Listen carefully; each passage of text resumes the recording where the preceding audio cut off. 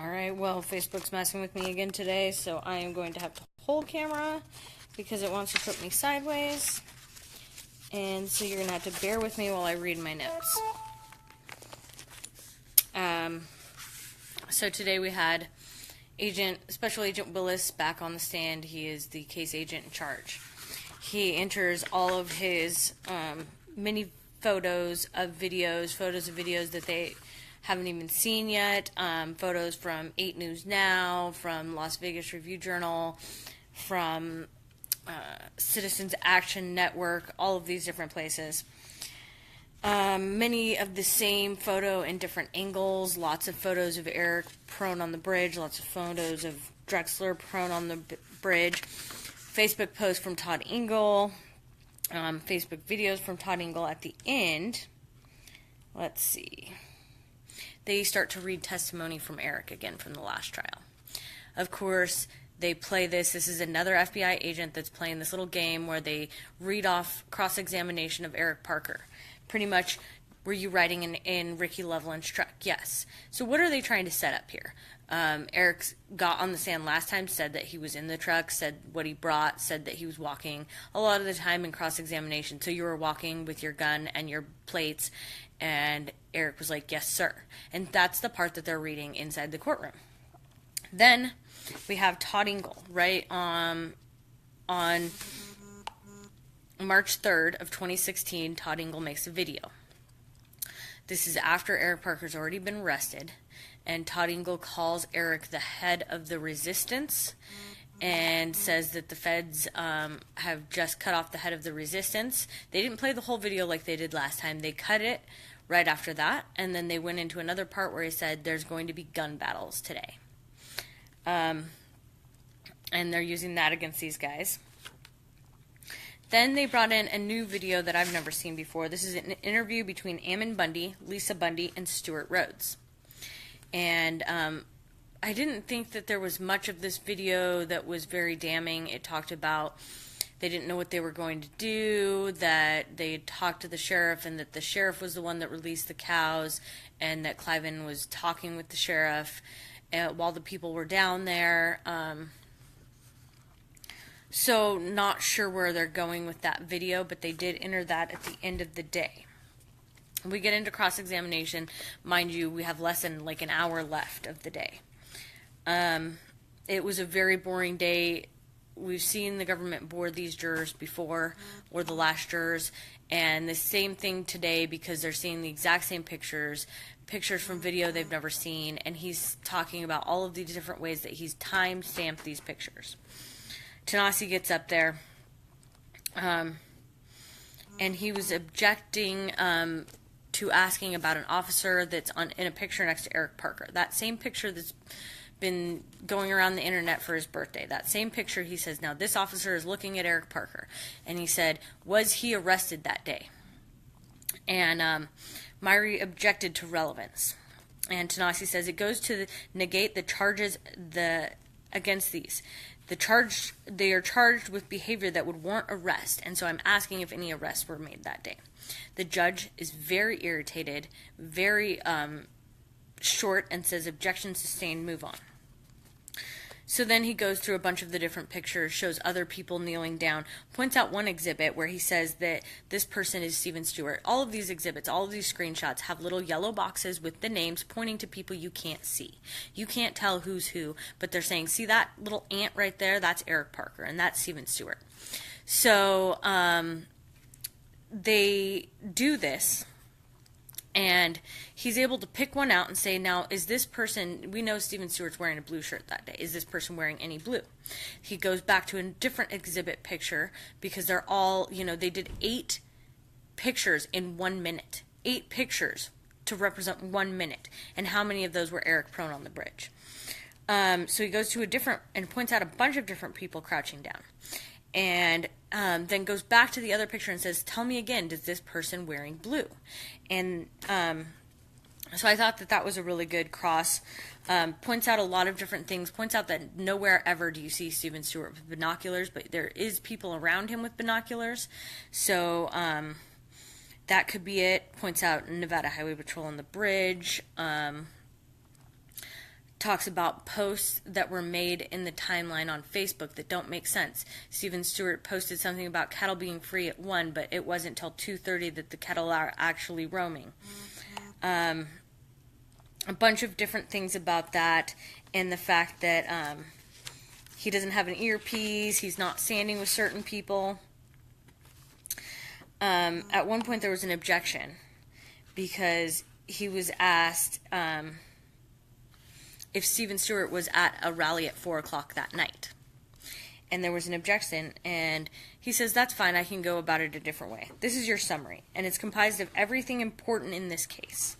And there are no pictures of Stephen Stewart or Eric Parker or Scott Drexler at that 4 o'clock meeting. So I thought that was a great thing. Perez gets up, and Perez does an excellent job of actually putting Ingle's defense back up. He plays the Nevada Highway Patrol dash cam and shows Ingle and Ricky, because they tried to say, you know, Ricky's doing all these things. They tried to say he sat down on the Jersey barrier and put his gun across his lap. Well, he starts going through this video, and you just see the video of Ricky just standing there. You see Todd come up to the Nevada Highway Patrol, bring him down to the edge, point to the things that they're looking at. You see all of these things. They talk about range. The guy, Willis, went to the wash 2 years later after the fact, and he's saying that he can timeline things based on a bush that's there in July of 2016 that who knows is there in April of 2014.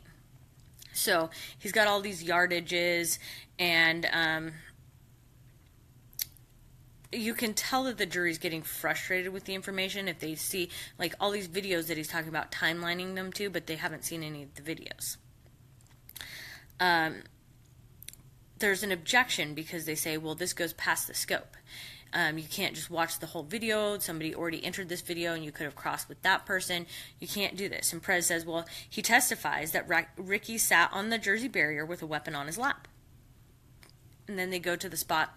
The judge actually looks it up in her transcripts that she keeps. And she's like, okay, I can see it here. So he's allowed to continue on. He goes to that timeline. You see Ricky standing for minutes and minutes and minutes, not doing anything. His gun never leaves his sling.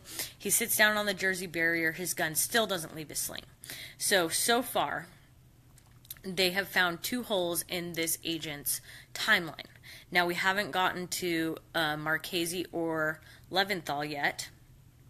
But the end, Perez says, so you cannot say with a certainty of a certainty that Mr. Loveland could see the trucks from his direction. They also brought up the fact that Todd Ingle and Ricky Loveland were way further down the freeway. They brought up this agent took pictures at the bridge site where he brings a broom with him and sticks a broom all the way through the Jersey barrier and says, this is where he was, this is how you can point. Well, a broom that's much longer can go all the way through the slot and be manipulated more. A weapon that's stuck just the barrel into it is not able to move around. So that's another big thing that I think that they're blowing out of the water here. But once again, we only get to this point by the end of the day. Now, it's said to say that the prosecution should end after this, but I'm not sure if they're trying to pull one over or they are actually going to end after this.